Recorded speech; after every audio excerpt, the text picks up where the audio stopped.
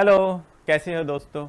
आज हम लोग डिस्कस करेंगे एक new topic that is called flow chart. Flow chart हम लोग सुने हैं। फ्लो चार्ट जब हम लोग प्रोग्राम लिखते हैं, बिफोर राइटिंग ए प्रोग्राम कैसे द डेटा कैसे फ्लो होगा फॉर डिफरेंट मॉड्यूल से, एक मॉड्यूल से दूसरा मॉड्यूल को में, तो उसको रिप्रेजेंट करते हैं ये फ्लो चार्ट डायग्राम से। ये क्या है, बहुत सारा जियोमेट्रिकल शेप्स है। ये जियोमेट्रिकल शेप्स को हम लोग यूज करते हैं, यूज करके कुछ डायग्राम बनाते हैं। जैसे कि से फॉर एग्जांपल मुझे बाजार से ब्रेड लाना है, तो क्या क्या टास्क है। जैसे कि बाजार से अगर ब्रेड लाना है तो पहले घर में कुछ अमाउंट, कुछ पैसा लेना होगा। पैसा लेने के बाद साइकिल लेंगे, फिर साइकिल लेने के बाद बाजार में जाएंगे जाके दुकान में जाएंगे, दुकान में देखेंगे कौन सा ब्रेड अवेलेबल है, 20 रुपए का है कि 30 रुपए का है कि 40 रुपए का है। जो भी ब्रेड अवेलेबल होगा उसको लेंगे और फिर वापस आएंगे।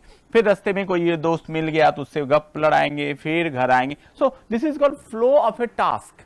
तो जैसे कि हम लोग घर में कोई प्रोग्राम करते हैं, फंक्शन करते हैं, किसी का शादी है, किसी का बर्थडे है, तो घर में क्या करते हैं, पहले इसको बोलते हैं, फिर ये करेंगे, फिर वो करेंगे, फिर वो करेंगे। सो ऑल दिस टास्क, जो जितना सारा टास्क है, इस टास्क को one by one, step by step हम लोग करेंगे। उसके पहले एक डायग्राम बना लेते हैं। इसके पहले एक प्रोसेस, एक वर्क फ्लो का एक डायग्राम बना लेते हैं कि वर्क कैसे फ्लो होगा, कैसे सारे task one by one execute होगा। तो इसी को बोलते हैं फ्लो चार्ट। तो ऐसे ही कंप्यूटर में जब भी हम लोग फ्लो चार्ट बनाते हैं, इसका कारण भी वही है। और एक सबसे बड़ा कारण क्या है, एक कंपनी में अगर बहुत सारा एम्प्लॉय भी काम करता है, तो बहुत सारा एम्प्लॉय फ्रॉम डिफरेंट रीजन से आ सकता है। कोई बिहार से आ सकता है, कोई छत्तीसगढ़ से आ सकता है, कोई यूपी से आ सकता है, कोई मद्रास से आ सकता है, कोई चेन्नई से आ सकता है। डिफरेंट लैंग्वेजेस है हर एक का हो सकता है। कोई जावा में स्पेशलाइज हो, कोई पाइथन में स्पेशलाइज हो, कोई सी प्लस प्लस में हो, बट वो कोड को जानता है। बट उसका एक प्रोग्राम का जनरल रिप्रेजेंटेशन होना चाहिए, जो डायग्राम देख के तुरंत समझ में आता है कि ये मेरा इनपुट है,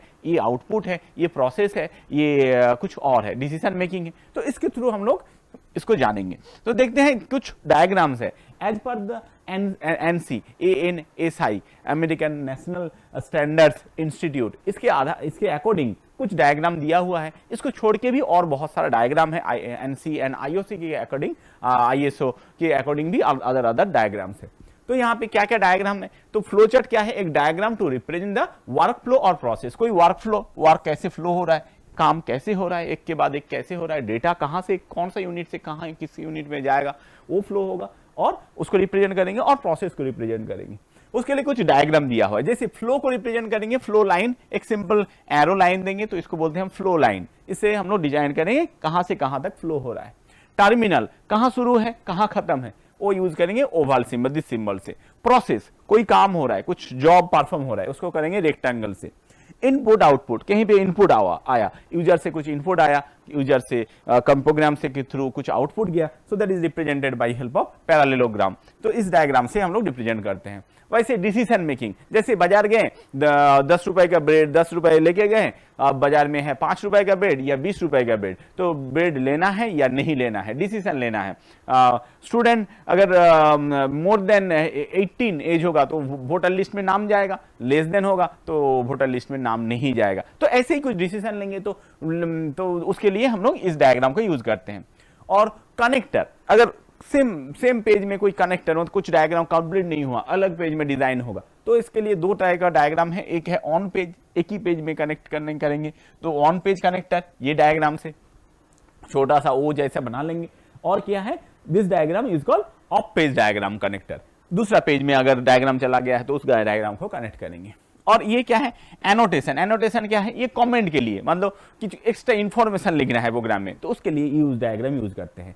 और प्री डिफाइंड प्रोसेस, कुछ प्रोसेस ऑलरेडी डिफाइंड है, तो उसके लिए हम लोग ये डायग्राम यूज करेंगे। अब चलते हैं हम लोग एग्जाम्पल पे।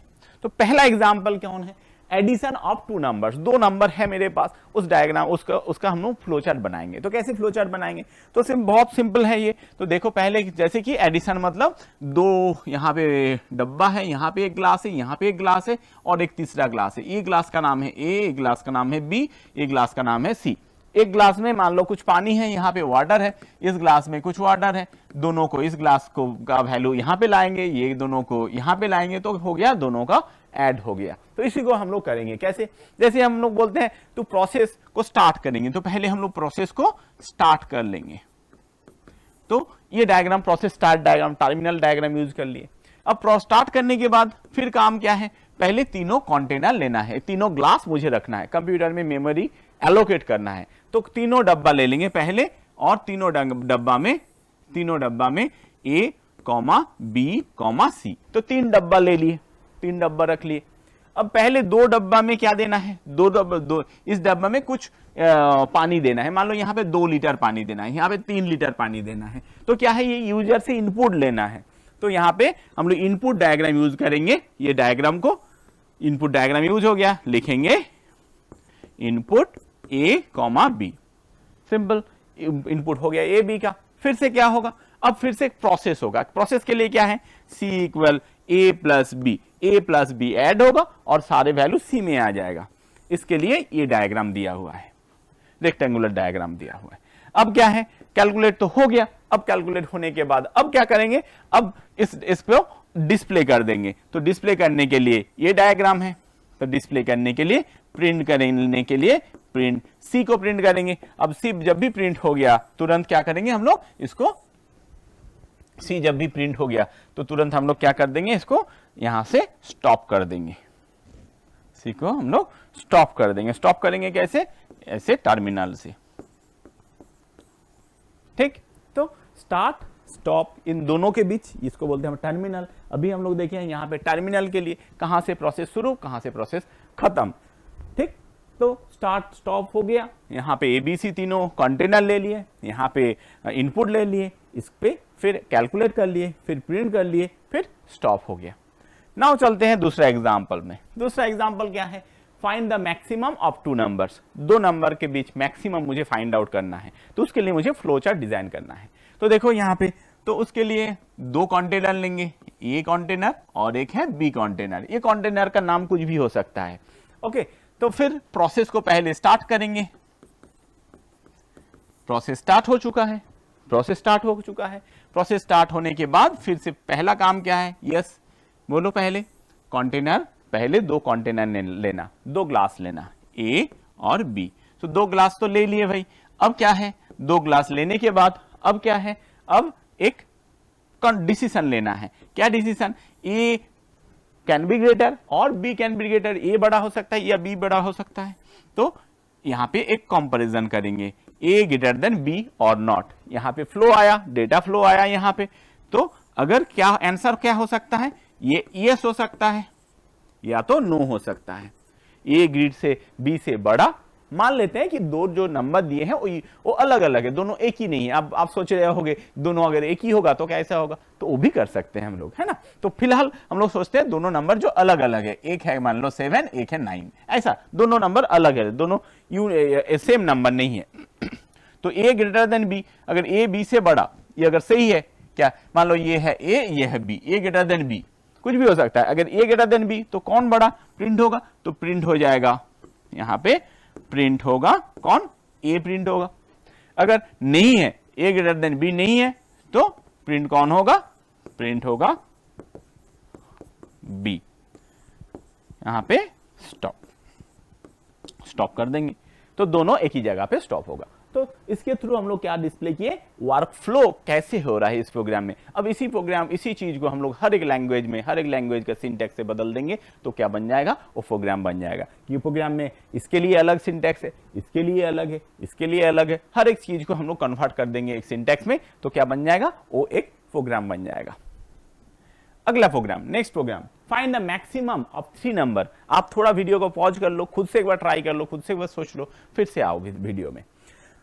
अब देखो 3 नंबर के बीच मैक्सिमम फाइंड करना है। तो 3 नंबर के बीच, तो तीनों कंटेनर लेंगे। तो तीनों container, A container, B container और C कंटेनर। तो यहाँ पे प्रोसेस को स्टार्ट करते हैं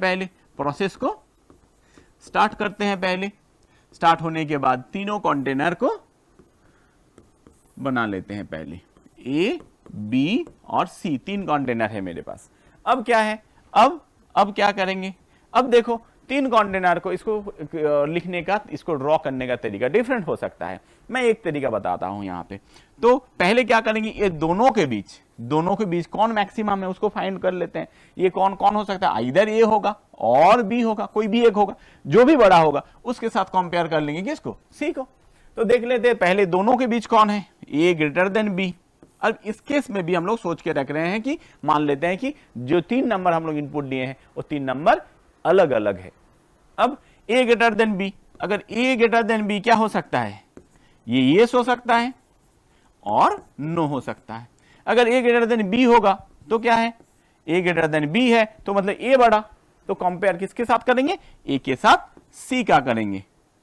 तो a greater then c, a greater then c, ये क्या हो सकता है, ये ट्रू हो सकता है, येस हो सकता है, येस हो सकता है, तो क्या प्रिंट होगा, तो इस केस में प्रिंट हो जाएगा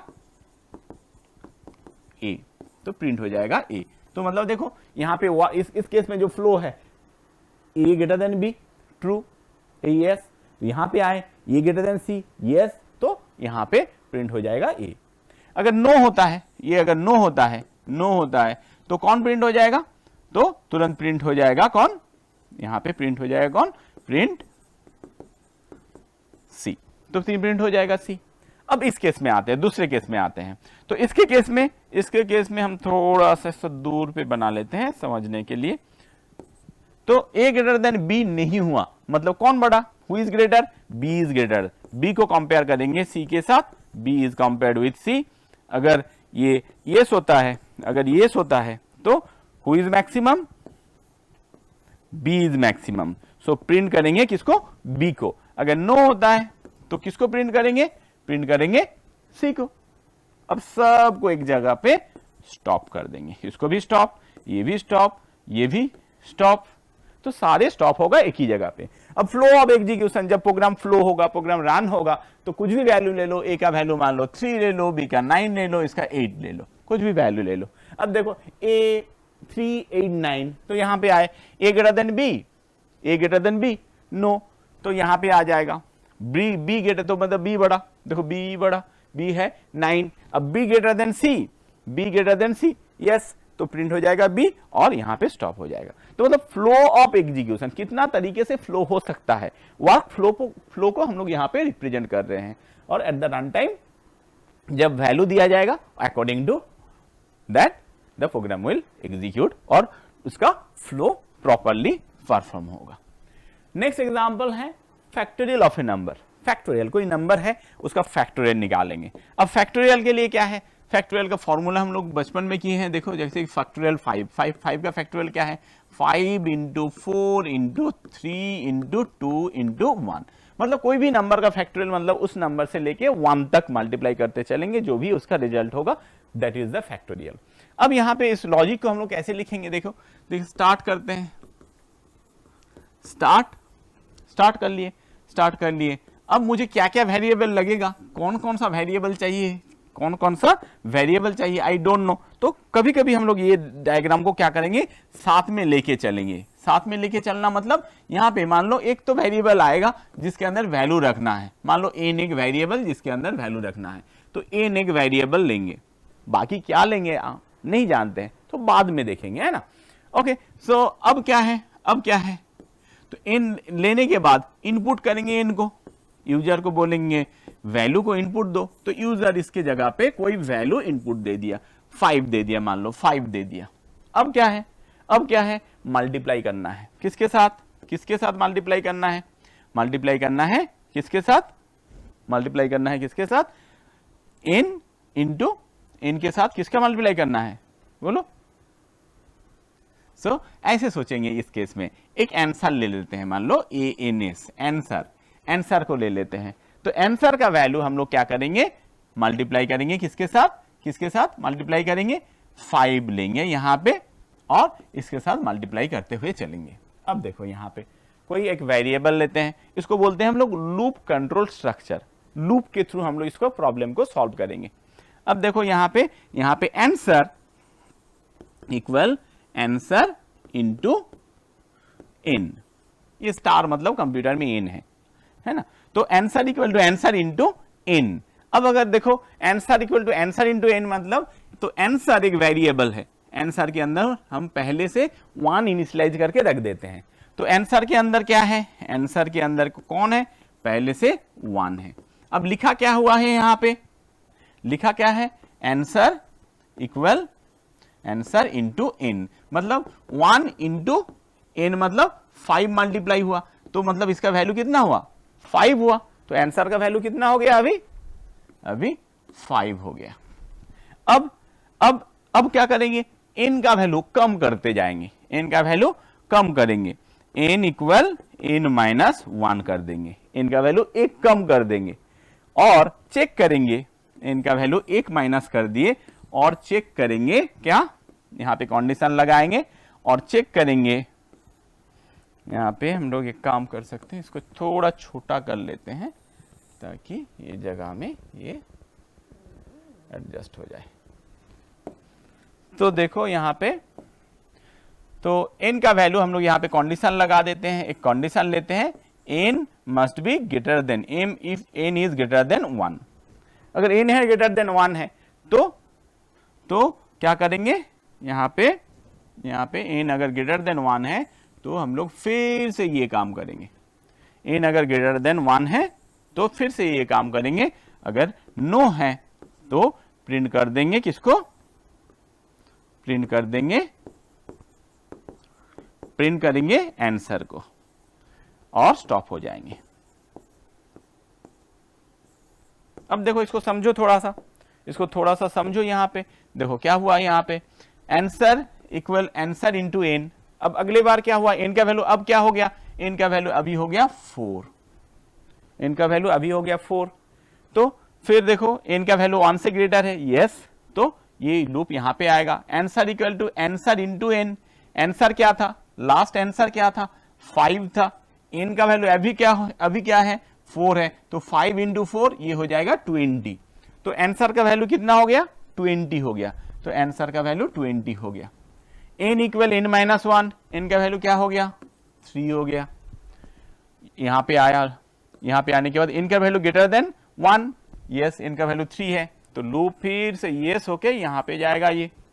तो answer equal answer into n, तो 20 answer equal to 20 into n, क्या हुआ 20 इंटू n मतलब अभी n का वैल्यू 3 है, तो 60 कहां पे स्टोर होगा, 60 कहां पे स्टोर होगा, answer equal to answer into n मतलब 60 कहां स्टोर हो जाएगा, आंसर में फिर से वैल्यू क्या हो जाएगा 60 हो जाएगा, है ना। तो इस वे में फिर से n का वैल्यू क्या हो जाएगा 2 हो गया, फिर ये मल्टीप्लाई होगा, so 60 into answer equal to answer into n, 60 into 2 हो गया, फिर 120 हो गया ये, n equal n minus 1, n का वैल्यू क्या हो गया 1 हो गया। अब देखो n का वैल्यू ग्रेटर देन 1 होना चाहिए, अभी n का वैल्यू क्या हो गया लेसर देन 1 हो गया, मतलब इक्वल टू 1 हो गया, तो इस कंडीशन फॉल्स होता है, मतलब नो, तो प्रिंट हो जाएगा कौन सा value answer and stop. So this way we can implement और we can draw the different flowcharts for program.